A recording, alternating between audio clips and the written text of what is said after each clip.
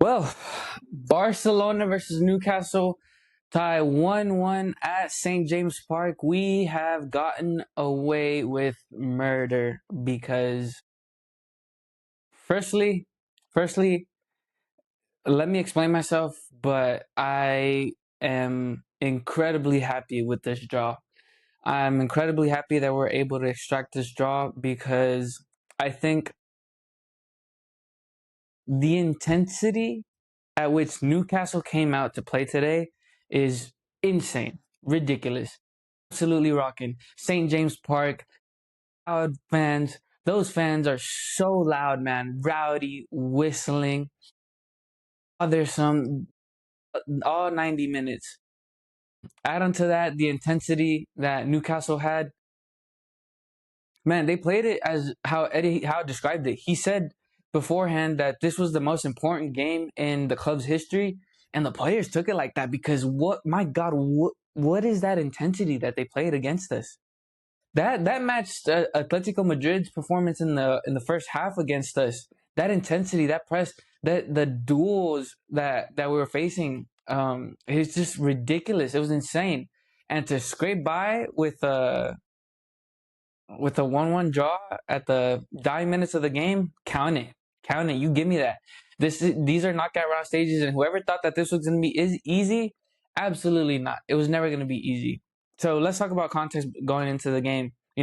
Newcastle, they we knew it was going to be a long day because they came in hot in the league phase game. They came out hot as well, but they were neutralized by a Pedri and a Frankie that were ultimately submitted Newcastle because they were able to keep possession very, very very, very conservatively and hide the ball. But in this instance, due to the our starting lineup, last minute Eddie falls out of the starting lineup. Araujo has to go start at right back for the first time ever under Hansi Flick, and playing his first 90 minutes since the game against Racing, I believe, at a very, very intense uh, rhythm of play. And I think Marc Bernal is a great player, and I think he's gonna be uh, one a player that's gonna play for us for a very long time, 10 to 15 years at the highest level. But he doesn't have that experience under his belt that Frankie De Jong does, especially at this high intensity and rhythm.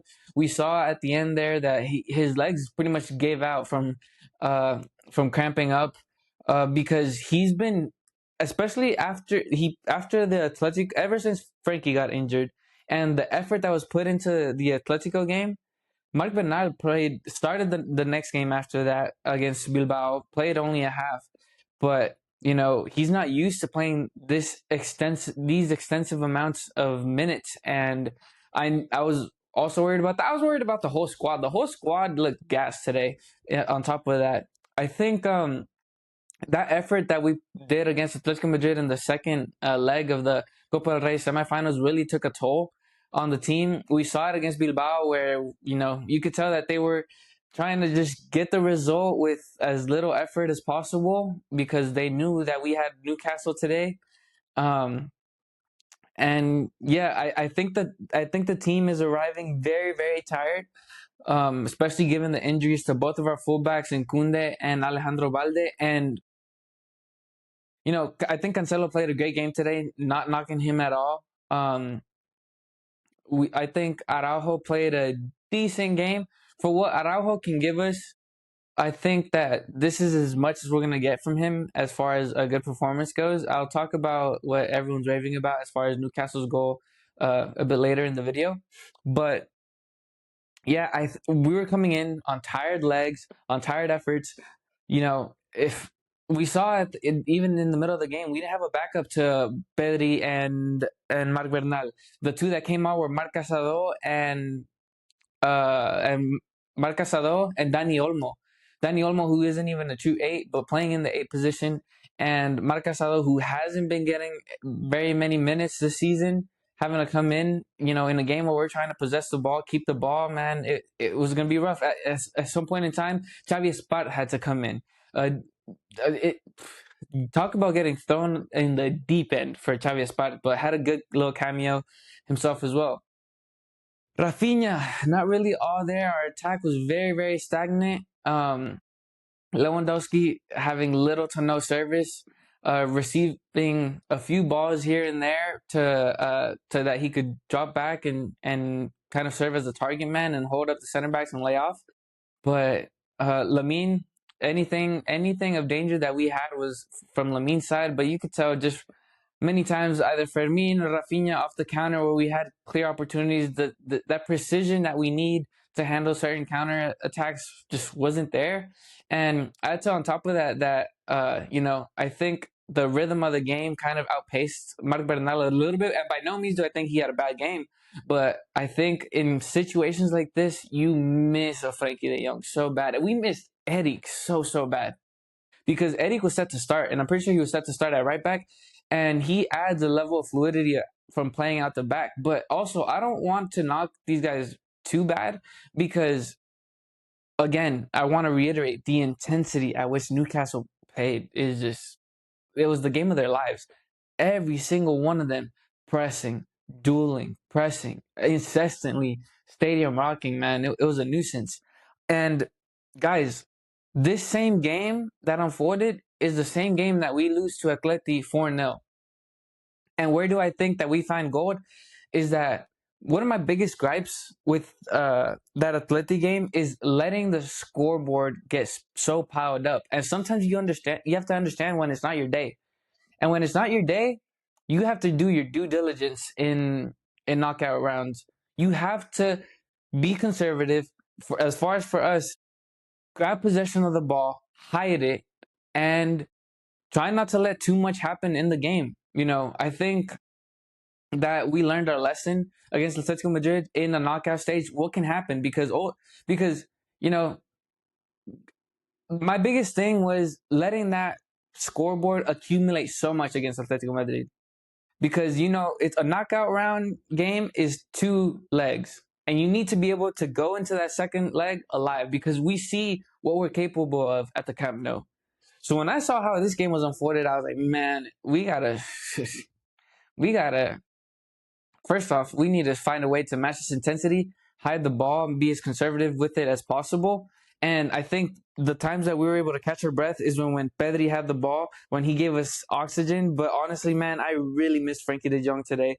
And add into the buildup, Ronald Araujo, who gets really pinned, and I don't think he played terribly, but his playing out the back at sometimes was frustrating. But at the same time, Newcastle was demanding a level of precision that's just too much.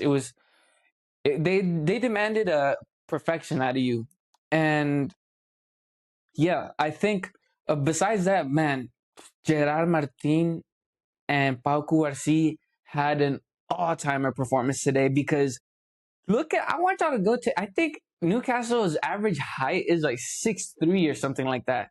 These are humongous grown men. And to sit and to have Pau Cubarsí and Gerard Martin put down that performance that they did against these leaning towers over you, bro. Bro, Cubarsí diving, blocking shots, deploying the offside traps perfectly. It was it was a remarkable performance. And we're looking at youngins. Like this is Paco. I mean, Gerard Martin last year hardly got minutes. He was a clear substitute, and this year he's making himself be known as a valuable asset at left center back. Pau Cubarsí, who was getting slandered earlier in the season by people who have a very, very little knowledge of this game. Because if you doubted Pau Cubarsí and didn't rate how he was playing even earlier in the season, you didn't know what you were talking about. I'm sorry to say it, but it's clear as day. And just take a look at his performance that he had today against these prem monsters, man. Excellent job today by Paco Garcia. Joan Garcia giving us the nights that we miss so dearly from a goalkeeper, pulling off saves, like giving you such a sense of security on crosses, the clearances. I do think he was a bit rushed sometimes, wanting to initiate the counter. And honestly, I think he did it so often that I genuinely think it might have been instructions from Flick because otherwise it really didn't make any sense to me how he was rushing. But yeah, very scrappy game. the entire time it was us trying to settle in into our possession, and Newcastle just did not allow us. And honestly, we had to fall into their game and duel and thug it out and battle it out. Fermin was in there getting scrappy. So was Araujo. Cancelo had a very proper game as well. And yeah, I think the three up top didn't have their best game, but yeah, that's how the game unfolded. The game unfolded in a way in which, if we don't have the concentration that we do, and honestly, I think if we don't learn our lesson from that Atletico Madrid game, I think we get thrashed. I think we get thrashed. The only clear chance that we had in this game was off the breakaway when Rafinha, I believe it was Rafinha, that's running down the left flank, which he could have given the ball to Lewandowski earlier, but he still managed it to give him later on in the counter. And Lewandowski is able to get a foot on it, not the most comfortable position, and he slots it just wide. But man, at the end, and I listen, I have a weak spot for magicians, and Dani Olmo is a magician. He creates space where there is none. The box is bigger for Dani Olmo than the rest of the players. He gives us fresh air. He takes a breather when everyone's suffocating. And that little magic there, that little cut, that little fake where he looks like he's gonna cut one way, fakes the defender out and draws the penalty marvelously, because that is a marvelous and well done clear cut penalty that he gets kicked and goes down. And then Lamine Yamal, and I'll be honest, I got a little nervous. I was like, "Wow, Rafinha's right here. Rafinha's our penalty taker. Why is Lamine taking it?" But Lamine Yamal shows up big, takes the pen, owns it, and gets us a draw that's worth gold. Because this same exact game unfolded previously against Atletico Madrid in that first leg, and we got thrashed. I think we learned our lesson, guys. I think we learned our lesson that when we're not having our day, we need to be able to compete, and we need to be able to fight, and we need to be able to make a game that where we're not being able to deploy our play style as well as we want. We need to get scrappy. We need to get dirty. We need to get our hands dirty, and we need to not allow things to go. And we need to show up to the second leg alive and well. And not only do we avoid the loss, but we find ourselves a draw and head back to the Camp Nou. And the Camp Nou, the second leg is going to be roaring, because there is, they just gave us a license to have that last section that was empty to be full. So we're going to have 62 to 65,000 fans in that game. And trust me, it's Newcastle, or anyone who thinks that this game is going to unfold the same way, they are sadly mistaken, because we're going to come with a different energy into the second leg at the Camp Nou. So I'm very pleased with this, because given the context of the game, given the intensity, the game that was brought upon us by the intensity that Newcastle put on display today, man, I'm more than happy with this. I'm more than happy to run away with this, because knockout football isn't all like as pretty and rainbows and roses. You have to get some scrappy wins. I think back to the second leg in 08-09 against Chelsea, where we're down to 10 men and Chelsea's up to 11, and we didn't get a shot on target until the Iniesta. So that same season, I think it's a 1-1 draw against Lyon earlier in the earlier knockout round stage. Scrappy game, terrible game. Some knockout football. I think we're in an era where we're expecting every single game has to be a stellar performance, all the way through. But if we want to be champions of the Champions League, we need to know how to suffer. And I think today it was us knowing how to suffer, because we're missing both of our fullbacks. We're missing Frankie De Jong, and I think those are big, huge misses. So I think we run away with gold. Newcastle's goal.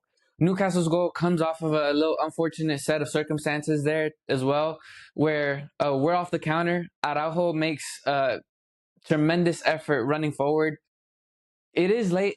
Honestly, it's a risk. A lot of people are saying, why is Araujo going and running at that point in time and putting himself at risk of gassing himself out so late into the game. But ultimately, if he gets to that ball that gets crossed over to him and he scores, we're all celebrating. It's a risk. He took it. You know, in the context of the game, some people might knock it as saying, why is he making a run that's so depleting at that point in time? I think he saw a risk and he went for it. I don't think I can knock him too much for that. And I'll be the first to say that immediately as soon as we conceded, I was livid because as soon as I saw him go down and then him pull both calves and him trying to roll onto the field, he should have done that whole way more slightly than he did. Found a way to take a couple steps and then go down.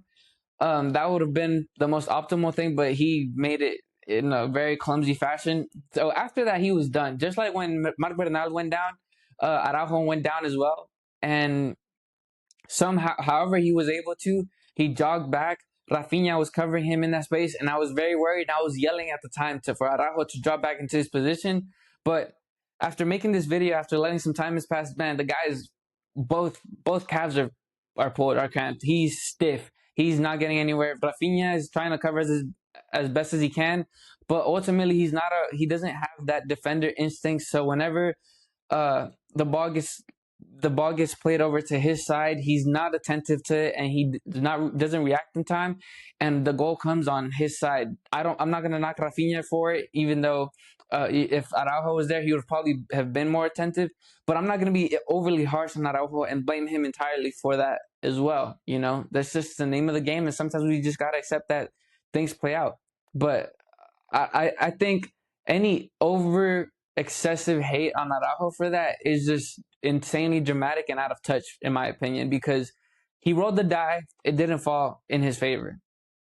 So what? So be it. It doesn't have to be every time that he's involved in the mix of a play that where we concede, you have to thrash him every single time. He's an asset for the club, and you know he's. There's been plenty of times where we can talk bad about him for whatever reason. That's not the case this time. I think it's too harsh. But yeah, I expect the second leg for us to be able to play our style of play a whole lot better. I don't think Newcastle can come in with the same intensity again. This was a great effort. And I think our fans are going to be rocking. We saw how the game against Atletico Madrid was with 40K. So with 65K and the Grada de Animación is supposed to be back, I think the stadium's going to be rocking. And I think I'm expecting a whole lot more out of us. And I think this is one of those scrappy games where we've learned how to suffer. And in a previous time, I think we get thrashed, you know. A lot of people have said previously that in knockout stages, we have to know how to suffer and know how to see through points of a match where we're not playing well. And I think this is that. So yeah, those are my thoughts on the game. Let me know what you guys made of the game in the comments. But all credit to Newcastle, and I'm very content with us running away with the draw.